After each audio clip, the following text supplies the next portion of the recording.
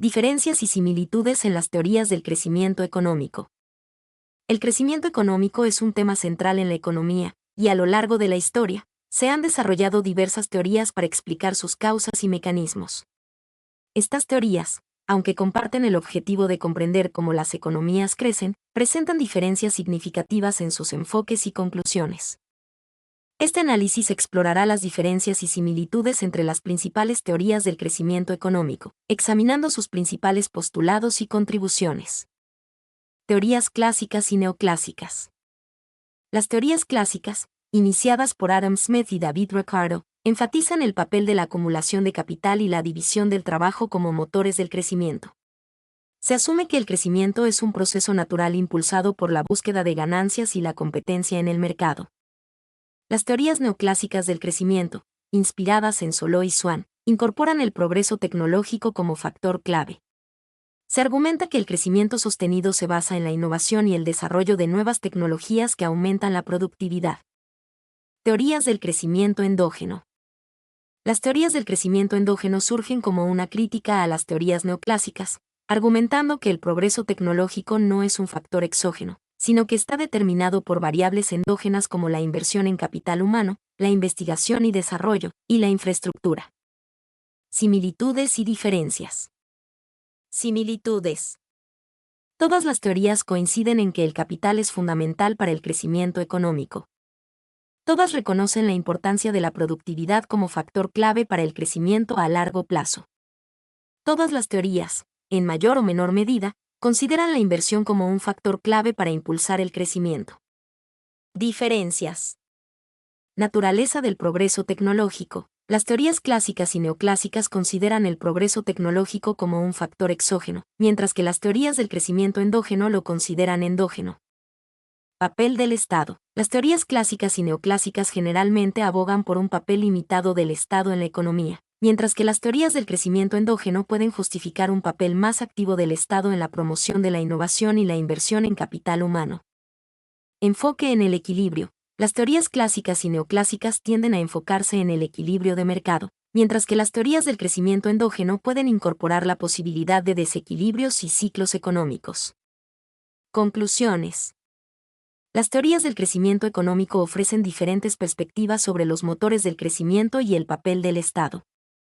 Aunque existen diferencias significativas en sus enfoques, todas comparten el objetivo de comprender cómo las economías crecen y cómo se puede promover el desarrollo económico. La elección de la teoría más adecuada para analizar un caso específico depende de los objetivos y las características de la economía en cuestión. Áreas para mayor investigación. El impacto de la globalización en el crecimiento económico y la convergencia entre países. El papel de la innovación tecnológica en la transformación de las economías y el futuro del trabajo. La relación entre el crecimiento económico y la sostenibilidad ambiental. Es importante destacar que el debate sobre las teorías del crecimiento económico es complejo y dinámico. La investigación continua es necesaria para comprender mejor los factores que impulsan el crecimiento económico y para desarrollar políticas que promuevan un crecimiento sostenible e inclusivo. ¿Cuáles son las principales teorías de crecimiento económico? Las principales teorías del crecimiento económico. El crecimiento económico es un tema central en la economía, y a lo largo de la historia se han desarrollado diversas teorías para explicarlo. Estas teorías, aunque comparten el objetivo de comprender cómo las economías crecen, presentan diferencias significativas en sus enfoques y conclusiones. A continuación, se presentan las principales teorías del crecimiento económico. 1. Teorías clásicas. Las teorías clásicas, iniciadas por Adam Smith y David Ricardo, enfatizan el papel de la acumulación de capital y la división del trabajo como motores del crecimiento. Se asume que el crecimiento es un proceso natural impulsado por la búsqueda de ganancias y la competencia en el mercado. Adam Smith en La riqueza de las naciones 1776 argumenta que la especialización del trabajo y la libre competencia conducen a una mayor productividad y riqueza. David Ricardo en Principios de Economía Política y Tributación 1817 destaca la importancia de la tierra y la renta como factores de producción 1. 2. Teorías neoclásicas. Las teorías neoclásicas del crecimiento, inspiradas en Solow y Swan, incorporan el progreso tecnológico como factor clave. Se argumenta que el crecimiento sostenido se basa en la innovación y el desarrollo de nuevas tecnologías que aumentan la productividad. Robert Solow en su modelo de crecimiento 1956 propone que el crecimiento económico se explica por la acumulación de capital, la mano de obra y el progreso tecnológico. T.W. Swan desarrolla un modelo similar al de Solow, pero con un enfoque más general. 3. Teorías del crecimiento endógeno. Las teorías del crecimiento endógeno surgen como una crítica a las teorías neoclásicas, argumentando que el progreso tecnológico no es un factor exógeno, sino que está determinado por variables endógenas como la inversión en capital humano, la investigación y desarrollo, y la infraestructura. Paul Romer 1986 propone que el crecimiento económico se debe a la acumulación de capital humano y a la innovación tecnológica. Robert Lucas 1988 destaca la importancia de la educación y el capital humano como factores clave para el crecimiento. 4. Teoría del capitalismo periférico. Esta teoría, desarrollada por Teotonio dos Santos 1970, explica el crecimiento económico de los países periféricos en el contexto del sistema capitalista global. Se argumenta que la inserción de los países periféricos en el comercio internacional agrava la situación de estos países, ya que la especialización internacional asigna a las economías periféricas el papel de productores exportadores de materias primas y productos agrícolas, y consumidores importadores de productos industriales y tecnológicamente avanzados. 1. 5. Teoría de los ciclos económicos. Esta teoría explica el crecimiento económico como un proceso cíclico, con fases de expansión y contracción. Karl Marx definía a los ciclos económicos como cambios recurrentes y no estrictamente periódicos, en una rama de actividad, un país, un conjunto de países o incluso, la economía mundial. 1. Conclusiones. Las teorías del crecimiento económico ofrecen diferentes perspectivas sobre los motores del crecimiento y el papel del Estado. Aunque existen diferencias significativas en sus enfoques, todas comparten el objetivo de comprender cómo las economías crecen y cómo se puede promover el desarrollo económico. La elección de la teoría más adecuada para analizar un caso específico depende de los objetivos y las características de la economía en cuestión. Áreas para mayor investigación. El impacto de la globalización en el crecimiento económico y la convergencia entre países.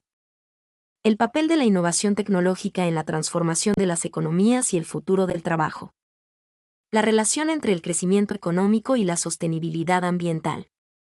Es importante destacar que el debate sobre las teorías del crecimiento económico es complejo y dinámico.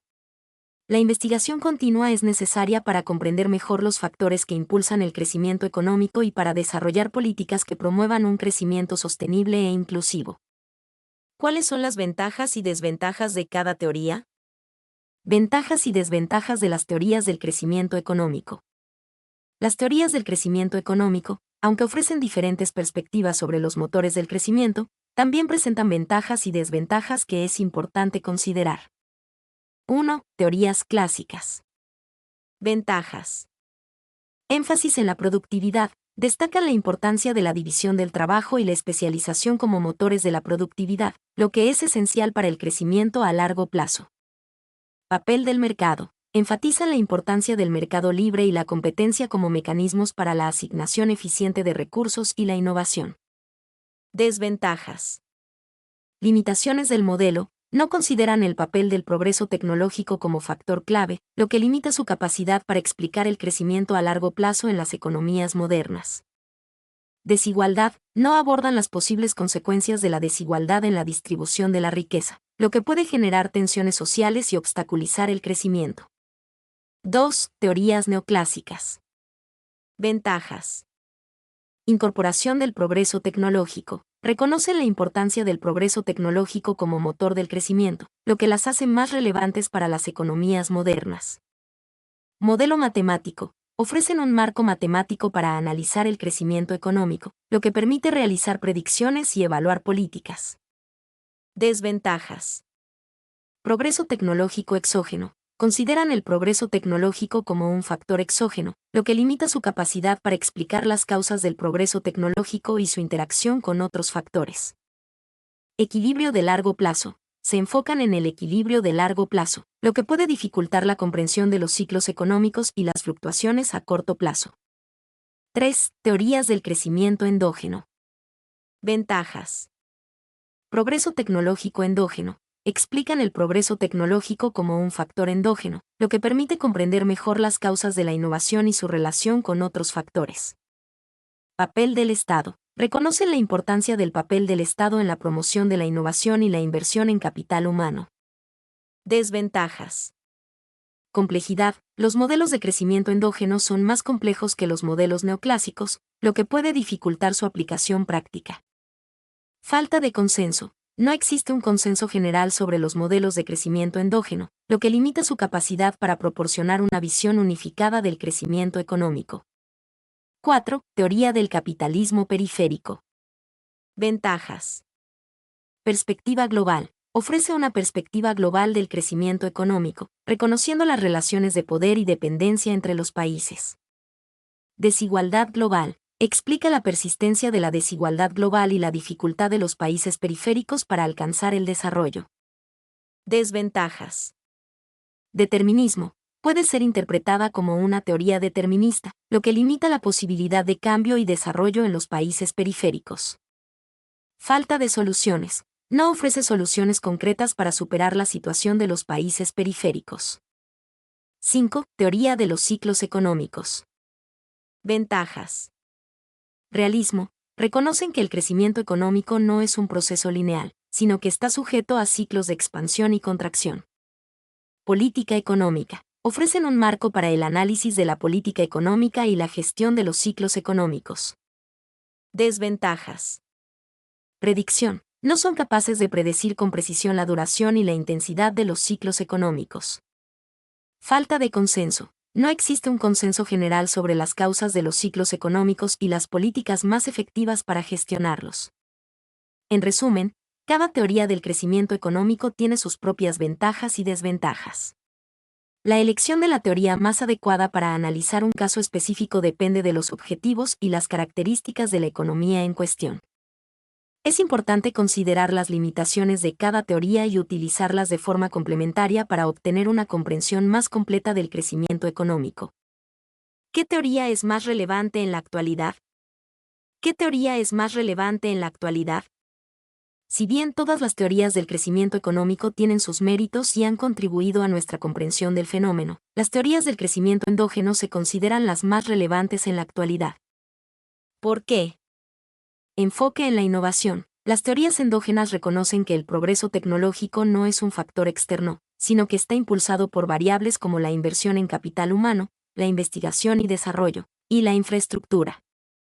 Importancia del capital humano. Destacan el papel crucial de la educación y el capital humano en la generación de nuevas ideas y tecnologías. Papel del Estado. Reconocen la importancia del Estado en la promoción de la innovación, la inversión en educación y la creación de un entorno favorable para la investigación y el desarrollo. En contraste, las teorías clásicas y neoclásicas, aunque importantes para comprender el crecimiento en el pasado, se quedan cortas al explicar el crecimiento actual. Las teorías clásicas no consideran el progreso tecnológico como un factor clave, mientras que las teorías neoclásicas lo consideran exógeno, sin explicar su origen. La teoría del capitalismo periférico, aunque relevante para comprender la desigualdad global, no ofrece una explicación completa del crecimiento económico en la actualidad. Se centra en las relaciones de poder entre países centrales y periféricos, pero no explica completamente los factores que impulsan el crecimiento en los países centrales. La teoría de los ciclos económicos es importante para comprender las fluctuaciones a corto plazo en la economía, pero no ofrece una explicación completa del crecimiento a largo plazo. 12. En resumen, las teorías del crecimiento endógeno son las más relevantes en la actualidad porque ofrecen una explicación más completa del crecimiento económico en un mundo impulsado por la innovación tecnológica y el capital humano. Sin embargo, es importante recordar que ninguna teoría es perfecta y que todas tienen sus limitaciones. La investigación continua es necesaria para comprender mejor los factores que impulsan el crecimiento económico y para desarrollar políticas que promuevan un crecimiento sostenible e inclusivo. Mi nombre es Demim. Soy tu asistente personal. Mi sitio en internet es demim.es.tl.